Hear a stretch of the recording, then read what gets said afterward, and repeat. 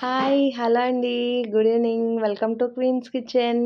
Today మనం చేసుకోబోయే recipe ఏంటంటే పాస్తాతో స్నాక్ ఐటెమ్ చేసుకుంటున్నామండి. సో ఈవినింగ్ టీ టైంలో ఈ పాస్తా రెసిపీని తీసుకొని టీ తాగినట్టయితే చాలా యమ్మీగా ఉంటుందన్నమాట.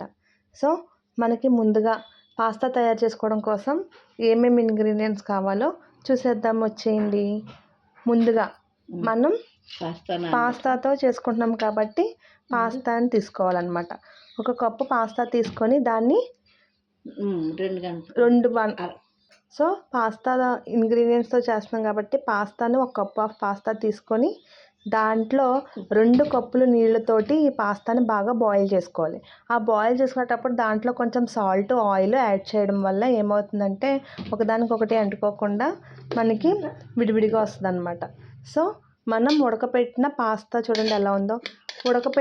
ఉడికిపోయిన తర్వాత వెంటనే తీసి దీన్ని ఇలా ఒక బౌల్లోకి హోల్స్ ఉన్న బౌల్లోకి షిఫ్ట్ చేసుకొని దాన్ని చన్నీటితో కడిగేయాలి. ఎందుకంటే దానికి ఉన్న జిగురంతా పోతుందన్నమాట అలా చన్నీటితో కడిగేయడం వల్ల.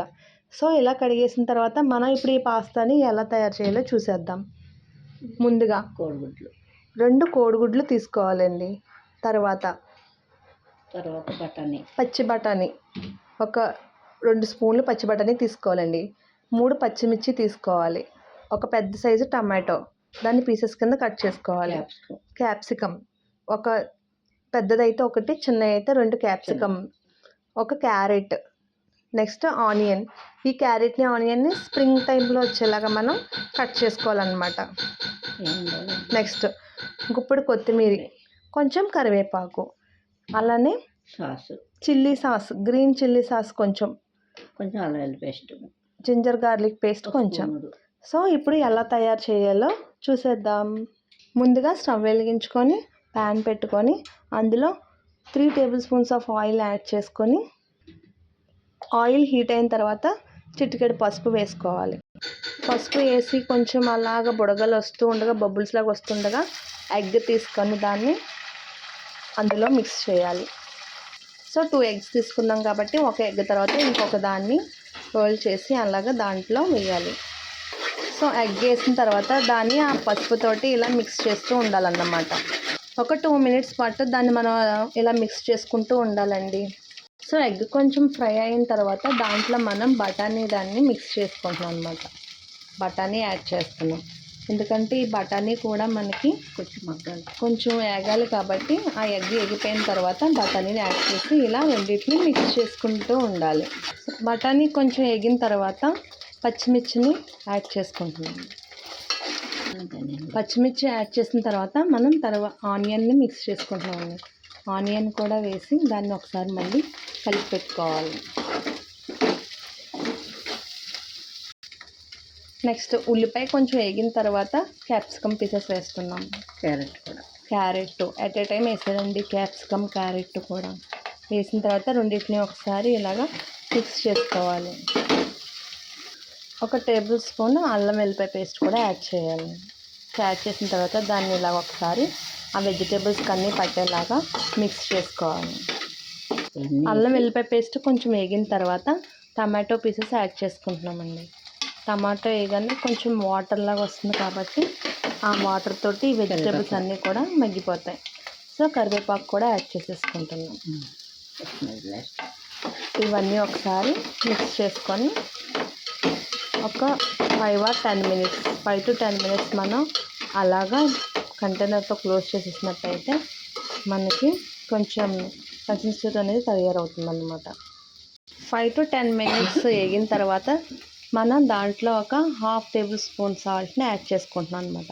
ఆల్రెడీ మనం పాస్తా బాయిల్ చేసినప్పుడు ఆయిల్, సాల్ట్ యాడ్ చేసాం కాబట్టి ఇప్పుడు ఈ వెజిటేబుల్స్ తగ్గట్టుగానే సాల్ట్ యాడ్ చేసుకుంటే సరిపోతుంది. సో సాల్ట్ యాడ్ చేసుకుని దాన్ని మిక్స్ చేసుకున్న తర్వాత చిల్లీ సాస్ అనేది యాడ్ చేస్తున్నాం అనమాట. 1 table spoon of chilli sauce, green chilli sauce అండి అది. సో దాన్ని యాడ్ చేసుకుంటున్నాము. సో సాస్ ఇవన్నీ కూడా వేసి మిక్స్ చేసిన తర్వాత చూడండి ఇలా మనకి దగ్గరగా అయిపోతుంది అన్నమాట. నెక్స్ట్ ఇంకొంచెం ఒక 5 మినిట్స్ అలా వేగనిచ్చిన తర్వాత మనం ఇందులో ఏదైతే ఉడకపెట్టుకొని రెడీ పెట్టుకున్నామో ఆ పాస్తాని యాడ్ చేస్తాము. సో ఒక 5 మినిట్స్ తర్వాత ఈ పాస్తా బాయిల్ చేసి పెట్టుకున్న పాస్తా ఏదైతే ఉందో దాన్ని కూడా వేసి మిక్స్ చేసుకుంటాము. పాస్తా వేసిన తర్వాత ఒక 2 మినిట్స్ ఆ వెజిటేబుల్స్తో మిక్స్ అయ్యేలాగా మనం బాగా అలాగా కలుపుకుంటూ ఉండాలండి. స్మెల్ అయితే భలే ఎమ్మీగా వస్తుంది. సాసు, జింజర్ గార్లిక్ పేస్ట్ ఇవన్నీ స్మెల్ బాగా వస్తుందండి. సో 2 మినిట్స్ పాటు మనం పాస్తా వేసిన తర్వాత కాసేపు కలుపుకొని తర్వాత లాస్ట్లో గార్నిష్ కోసం కొత్తిమీరని యాడ్ చేసుకొని మరొకసారి బాగా మిక్స్ చేసుకోవాలన్నమాట. సో ఈ కొత్తిమీర కూడా కొంచెం ఆ కొత్తిమీర ఫ్లేవర్ దానికి పట్టేలాగా ఒక 1 మినిట్ స్టవ్ ఉంచుకొని నెక్స్ట్ ఆఫ్ చేసేసుకోవాలి. So Emmy snack item pasta ready అయిపోయిందండి. మిక్స్డ్ విత్ ఎగ్ అన్నమాట. ఎగ్ మిక్స్ చేసుకున్న పాస్తా ఐటమ్ రెడీ. సో ఈ పాస్తా ఎలా ఉందో టేస్ట్ చూసేద్దాం. ఫినిషింగ్ గార్నిష్ కోసం కొత్తిమీర వేసుకొని ఈ ఎమ్మీ పాస్తా ఎలా ఉందో టేస్ట్ చేసేద్దాం. వావ్, చాలా వేడివేడిగా పోగులు వచ్చేస్తూ ఉందండి.